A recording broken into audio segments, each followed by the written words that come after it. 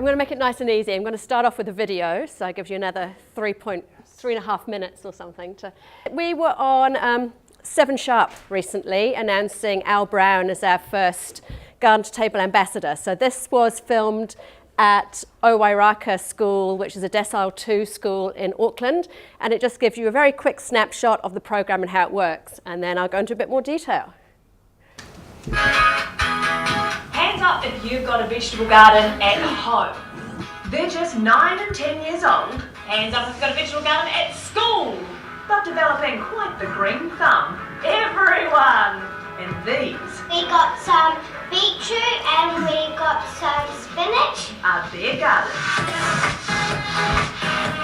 How's it all going? In the kitchen, the kids are cooking up quite a storm with one of the best. It's just a hive of activity. We're making pumpkin ravioli here. We've got a little herb butter going on over there. Who grew the pumpkin? The school. And to finish, we're cooking an apple crumble pie. Owairaka District School is one of about 40 in a program called Garden to Table. We take that off, perfect. And today, Al Brown is jumping on board, backing it. I visited the school, I heard about the program, I came and I was actually really moved by it all. It's a great opportunity now that we're expanding the program and going national to get them involved and really get them to help build some resources for us. Before all of this, the kids did have a bit to learn. I was confused about the peas. I thought that it came from like just a frozen packet. I thought maybe only beetroot, when you grow them, it just has leaves. Potato, I thought they grew on a plant. Go figure. I mean, isn't it just extraordinary? We live in this country. But with their newfound knowledge, You sure? I've never heard of this in my life. the kids are even teaching the food master a thing or two. Al Brown didn't know what calendula was, and you've just taught Al Brown something about food. What do you reckon? See, the thing is that you're always constantly learning. The connection to food and where it comes from is simply extraordinary. All the realities of the food chain realised. There was a chicken, his name was Clucky, he died. I know why he died. He got a bit sick and he got constipation. We're taking what they've learned at school and using it at home. At home I do sometimes cooking, like chopping carrots and stuff. You're a big help now. Yeah. When you're in your own house, you're know how to cook really good food for your family when you're older. Al Brown will help make video content for the program to go online so schools all around the country can get involved. The aim, 350 schools in the next year. We find kids are eating more vegetables and making better food choices just because they have knowledge that comes from working in the garden, working in the kitchen. Right now, it's lunchtime. Haven't even had one bite yet, you're already finished. Yeah. Oh, word of a lie, that is really good. But the final word goes to Al, what do you think? Honestly, absolutely unbelievable.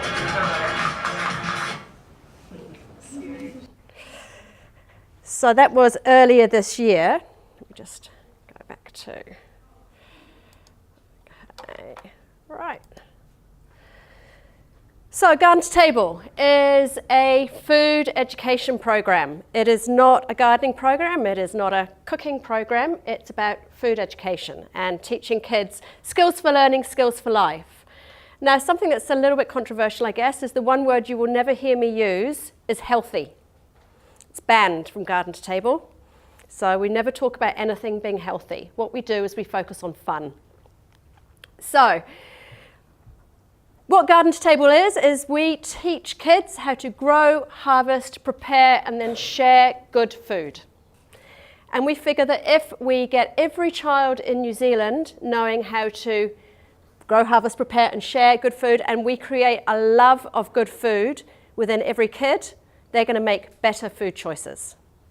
So it's not a case of telling them what's good for them. It's not a case of eat up your greens.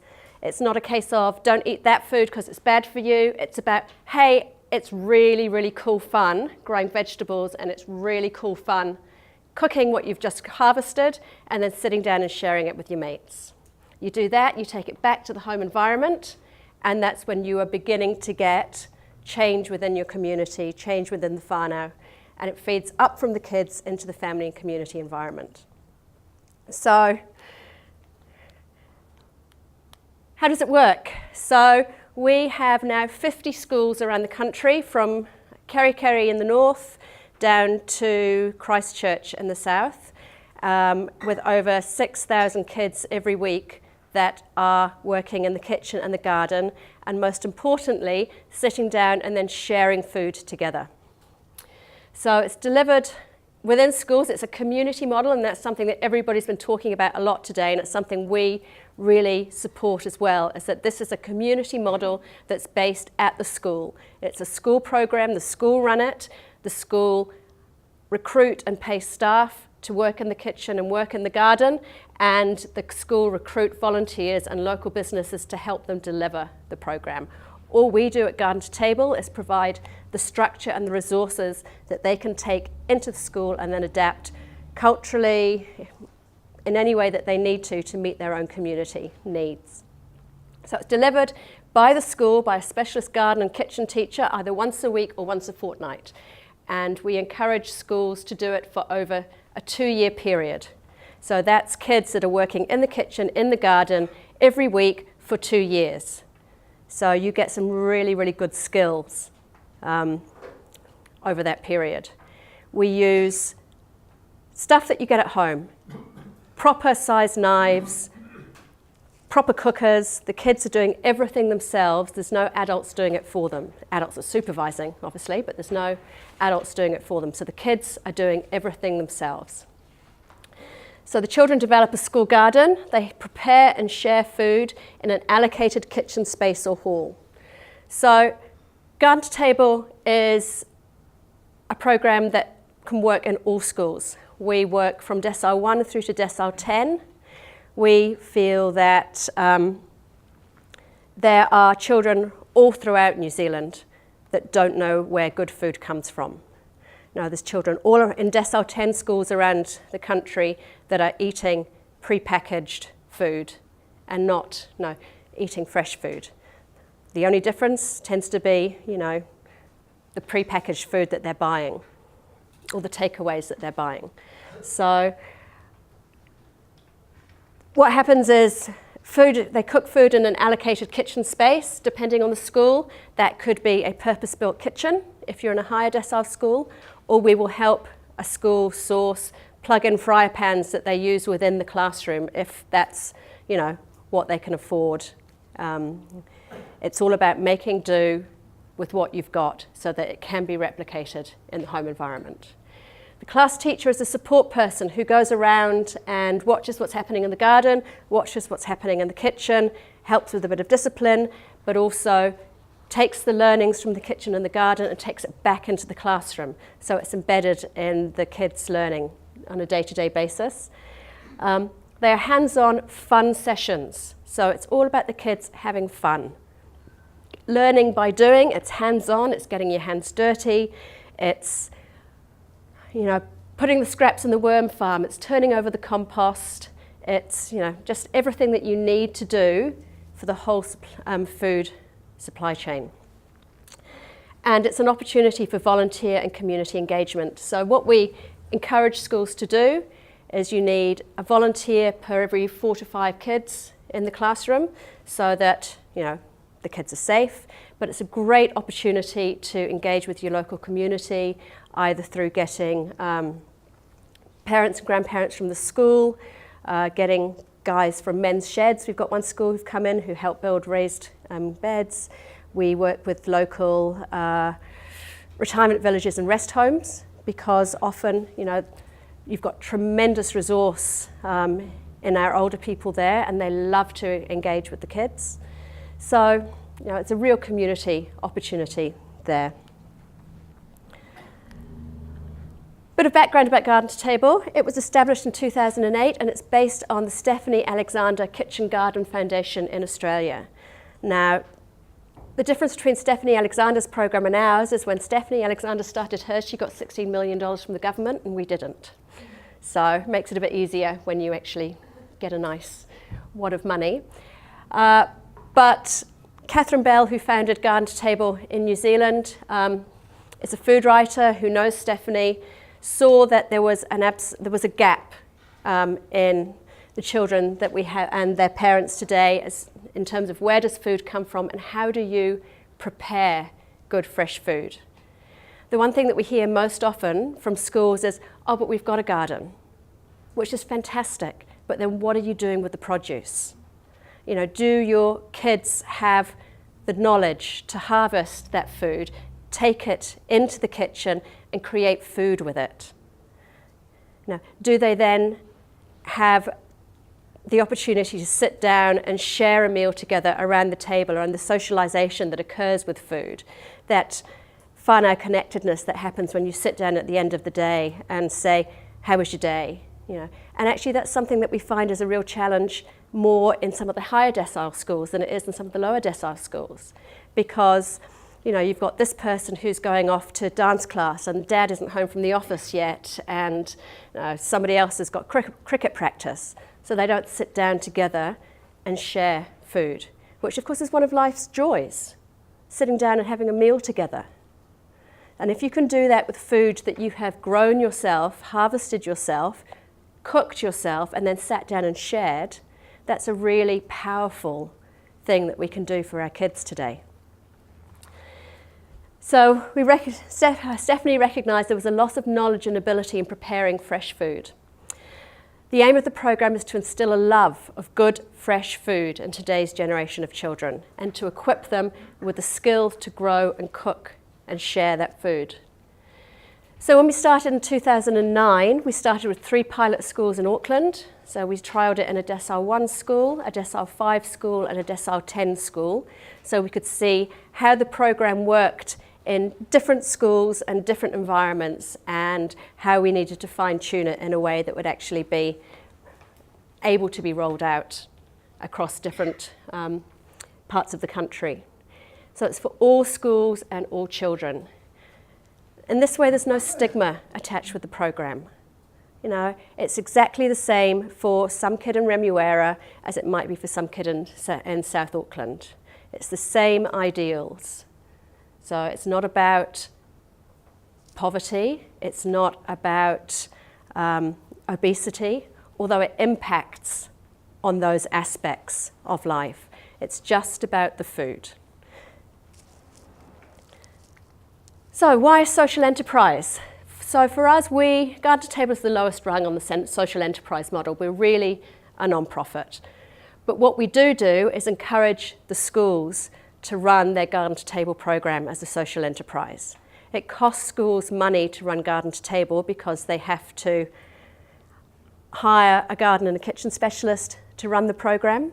Now, every week there are some costs around managing the garden, although schools do get quite a lot of resource provided to them from our corporate partners when they start up.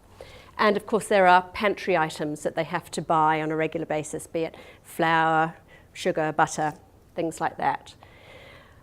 So what we encourage schools to do is think more widely about what they're doing with the program. So we've got schools that will sell the worm tea that they make, because every school when they start gets a worm bin and a compost bin, because it's all about the sustainability of the program as well.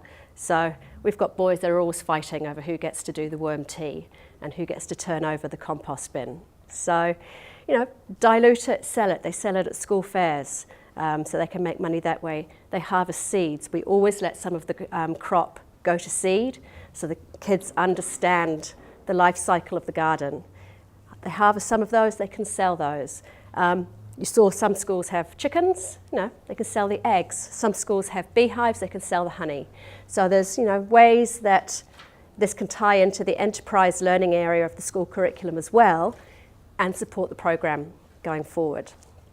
And we work closely with schools to identify ways that they can use a social enterprise model that fits within their school environment.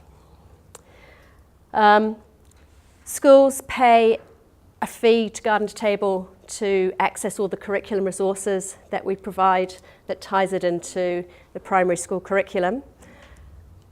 We thought long and hard about providing the program for free to schools. And the feedback that we got was that if schools, principals and boards of trustees have to commit financially to the program, a few $100s, then they actually value it more highly. And you have buy-in from the board of trustees. And then they want to know that the program is working well, and they want to know what the outcomes are of the program.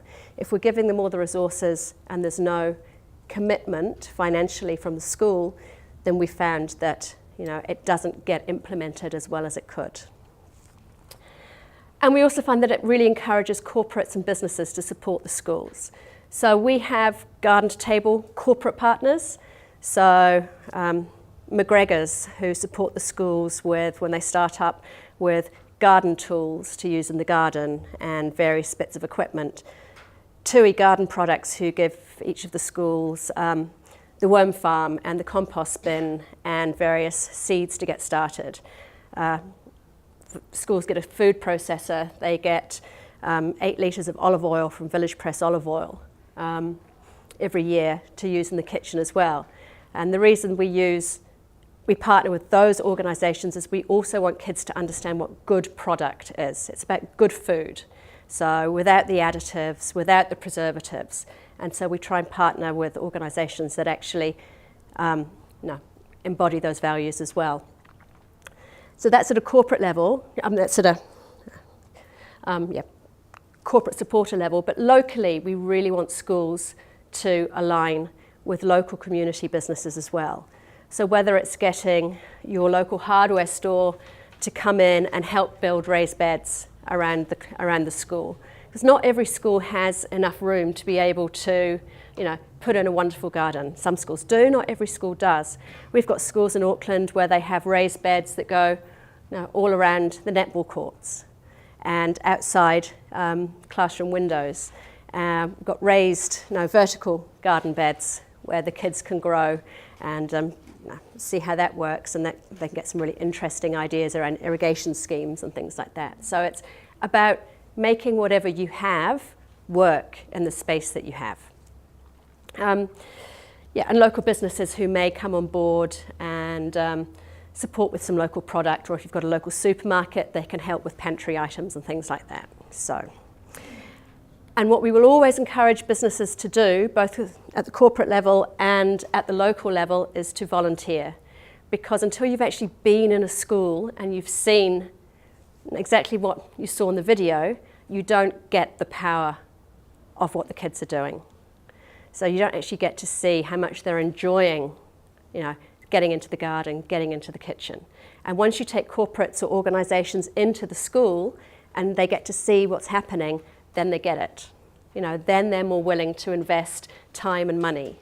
But you actually, as somebody said previously, you actually have to get them to engage at a heart level rather than just give them a brochure or a pamphlet. So very briefly, I guess the journey for us over the past 8 years. So we've gone from 3 schools to 44 full program schools and 6 online program schools. I'll talk about the difference about those in a minute. We expanded from Auckland to initially Christchurch and Wellington, and then Hawke's Bay, Nelson and Northland. So that's organic growth. It wasn't planned. It was somebody stuck their hand up and said, we want to do it. And we went, yeah, sure, without actually thinking through the implications and responsibilities that came with that. Initially, we had a formal affiliation with the Stephanie Alexander Kitchen Garden Foundation, where we used all of their resources. We had to pay a license fee for that. We got to the stage where we needed New Zealand resources that actually were relevant to the environment that we have here, not only in terms of cultural aspects, but also in terms of climate, soil, and cultural issues as well. So we ended our relationship with SAKGF. We took that opportunity to rebrand to the logo that's at the top, just hanging off. And we took that as an opportunity to also review the mission of the Trust. So we moved the mission from working exclusively with primary schools to working with all children.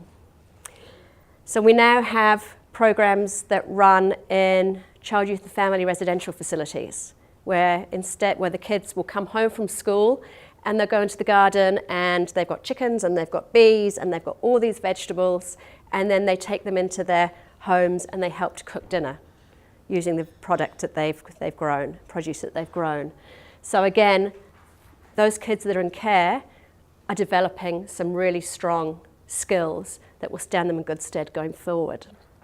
We're looking at working with places like Women's Refuge, because we know that if you nurture a plant, if you grow a plant, if you harvest it, you have tremendous self-esteem that comes from that. You know, there's a sense of achievement. There's a lot of positive aspects that go with that. So as well as physically learning the skills, you have emotional benefits that come with it as well. One of the challenges I guess we had was recruiting a skills-based board. A lot of our board initially were corporate board members. When you're on a non-profit board, it's not a case of turning up for a board meeting once a month, and then getting paid for the privilege. You actually are a volunteer board and you're expected to work as a team member as well. So there's a bit of board education that that happens there. So you expect your board members to put you in touch with people, to turn up and help, take people around schools, to actually be far more involved in the operations of the organisations than perhaps might be the case in a standard corporate. And very much the focus on financial sustainability.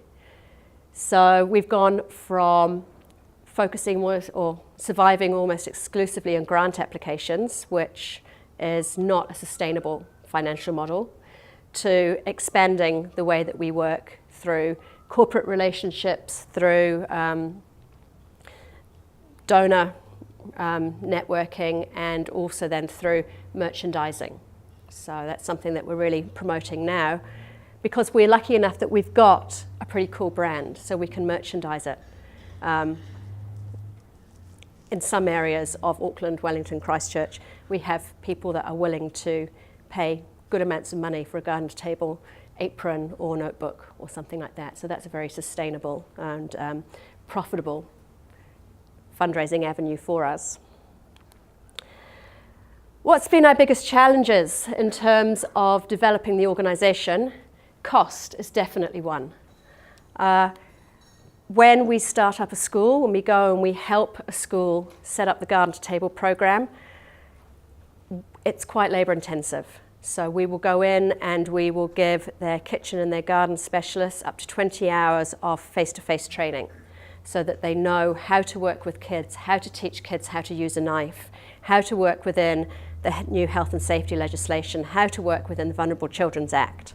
There's a lot of information that we have to make sure schools have to be able to operate effectively.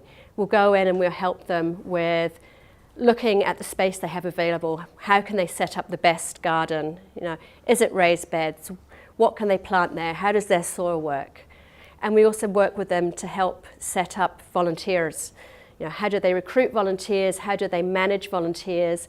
Volunteer engagement, because schools are really, really busy. So, and one thing we know about working with volunteers is that volunteer recognition is essential if you are to retain those volunteers. And it's something that we want to do, because we want those volunteers coming back week after week or fortnight after fortnight, because they develop a really close relationship with the kids. And now it's a reciprocal relationship where both parties get a lot out of it. So it's a very cost-intensive way to set up. Schools often don't have that funding available just to write out a cheque and start up. So we have to work with them around sourcing funding for that, be it local trusts, be it a corporate support. So that's a big challenge, and that's probably one of our biggest barriers to getting schools into the program. The model is another one. So when we set up that model, and it was very resource intensive, it didn't fit with our mission, which was to get every child in New Zealand into the kitchen and into the garden, because we can't have trainers and program coordinators everywhere. So we had to look at the way that we were delivering the program to see how we could adapt that. So we are now working on what we call 6 key hubs, where we have training and program coordinator staff, which is Auckland, Wellington, Christchurch, Northland, and then we're tossing up between Bay of Plenty, because we've had some really good inquiries from this area, Hawke's Bay, and then Nelson and Dunedin. So we're looking at doing 2 more next year, and then 2 hubs the year after that. What we've done for areas outside of those hubs is we have put all the information that we normally impart face-to-face onto an online portal. So we're looking at Moodle platforms for training, we are looking at forums so that schools can link with each other and have a real community engagement aspect. And that way the program is available to every school to download, to take the resources that they need, and then to apply it to their own communities and their own students to make it fit. So we don't tell schools what vegetables to grow, we don't tell schools what to cook. We give them seeds to get started, and we have starter recipes to get the program up and running. But after that, it's up to schools to do whatever fits with their communities. So resources, these are some of the resources that we've put together that schools, when they sign up, can download. The curriculum resources are all based around the school primary curriculum, and when you click on those, you get lots of information through there. There's fact sheets, so kitchen information, so it's about there's something there about choosing recipes and creating menus. There's, I can't remember the rest, there's managing time. So if you've got an hour-and-a-half session, which is how long a garden to table session takes, how do you manage that time so that you have enough time in the kitchen, you have enough time in the garden, and then you still have enough time for the kids to sit down and share the meal at the end, which is one of the most important things. And then they get guides. So 40-page guides, guide to participation, the outcomes of the program, how it can work, kitchen, how to run the kitchen, etc. And the videos that they spoke about in the video with Al, there's 5 videos there that show kids how to hold a knife, how to hold your hand when you chop so you don't chop your fingers, some really basic health and safety stuff. And it's important that kids understand that, and then they can take that back into the home environment as well. Systems are something we've had to work on, and I think that's an issue for a lot of social enterprise and non-profits when they start up, is because you're so busy doing, and it's easy when you're small, but when you get bigger, you find that things sort of develop a little bit organically, and suddenly you realize that the program you're delivering, what's happening in one place is completely different from what's happening somewhere else.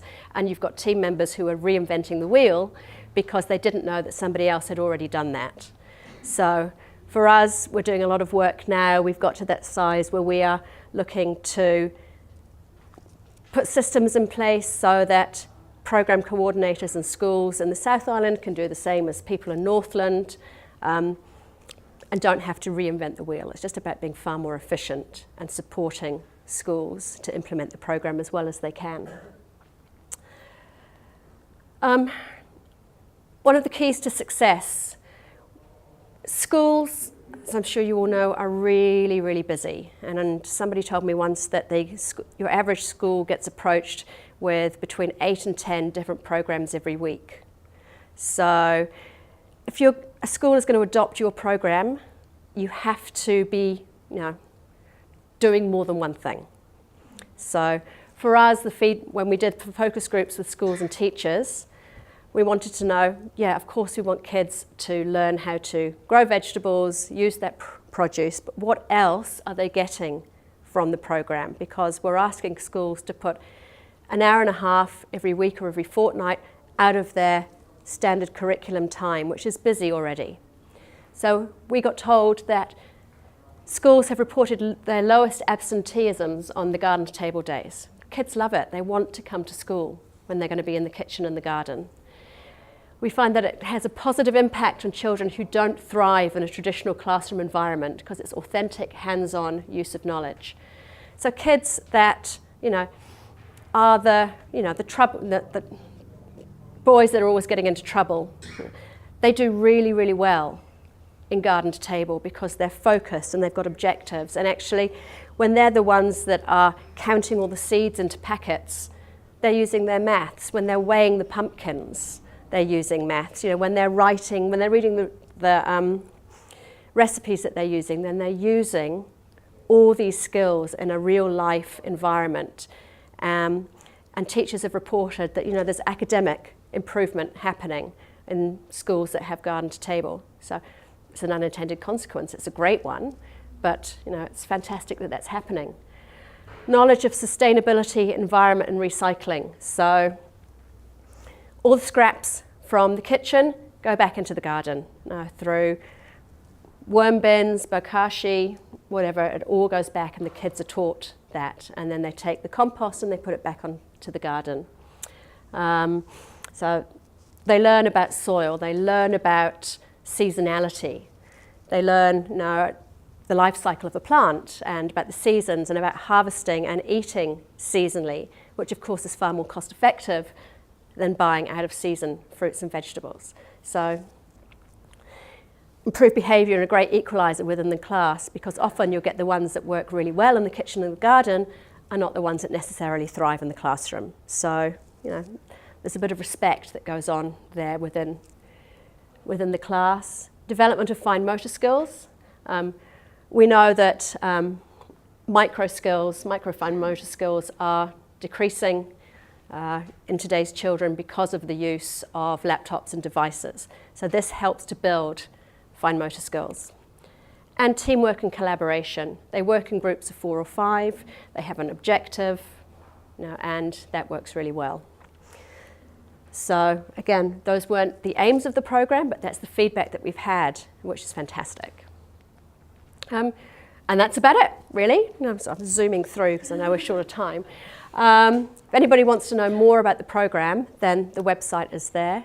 But I just love that photo. That's my favourite photo. She's just having an absolute ball.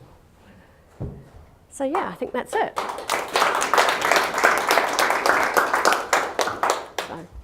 Do we have any questions for Linda? No, they don't.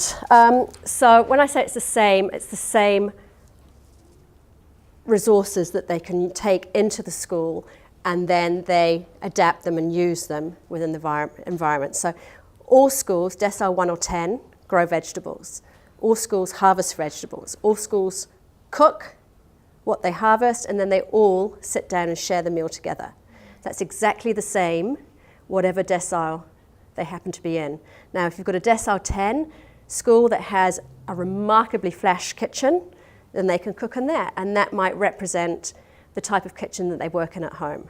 If you've got a decile 1 school, and actually we work with them and they've got 3 plug-in fry pans, they can still cook on that. They're still learning the skills, and again, that might be representative of the environment they work in at home. Yeah, it's not prescriptive. It's not a prescriptive program. It's giving information to the schools about how to work safely with kids, what the outcomes might be, but of course that is then adapted by the school to meet the needs of the kids, which is why we don't go in and deliver the program. The school hires the kitchen and the garden specialist that best meets the need of their school and their community. No, I'm not saying that the structure is the same. I'm saying that we have systems in place so that, for example, if somebody wants to write their own recipe, then we give them a template to say, this is how you write a recipe. So that's the sort of system we put in place so that somebody doesn't have to sit down and go, okay, well, how do you write a recipe? You know, that information is then provided for them. How they use that is entirely up to them, but it's putting those systems in place. We know, for example, that it works really well when the children are in the kitchen and garden either every week or every fortnight. If you go longer than that, then they've forgotten what they've learnt the week before or the month before, and you're not building on the skills and the way that really embeds the learning. So those are the systems that we put in place. So we had some schools when they first started that only had kids in the kitchen twice a term. Now that isn't going to deliver the effective outcome because it's just not frequent enough. So for example, we say those systems are in place, you've got to do it every week or every fortnight. That's one of the challenges, I guess, is looking at the evidence-based outcomes. And we were talking before about ministry and how ministry loves its, not just Ministry of Health, all ministry, and funders. I know that Australia are going through the same thing with Medibank, which is one of their big funders at the moment, is that it's very hard to look at what the outcomes are of the program in a short period of time. And you've got to take into account all the other factors that are happening within a child's life. I mean, yes, we know that kids are eating more vegetables. We know that they are identifying more fruits and vegetables at the end of the program or at the end of the year than they are at the beginning of the year. What we can't say is it's having this result on their BMI, because it's a far more complex. We can say that we know X% of kids are taking seeds home and growing them at home. And we'll say to kids, look, if you don't have a garden, it's fine. Get a 2-litre ice cream container, fill it with some soil, put some seeds in. Just start. Oh gosh. Oakland's, Diamond Bay, Riccarton. If you go on the website, it's got all our schools on there. North Lowburn, yeah. 40% of our operational costs for the trust are currently based on grant applications. But we're trying to really get that down because it's not a sustainable source of funding. You've got to go back every year, reapply. If you're hiring people and that's how you're paying staff, it's not very reassuring for anyone. You have to do that with your corporate sponsorship anyway. Well, yeah, usually, it depends how you manage corporate relationships. We only sign up with corporates who are willing to commit with us for 3 years. But yes, you do have to do that. Again, that isn't the best sustainable model of funding.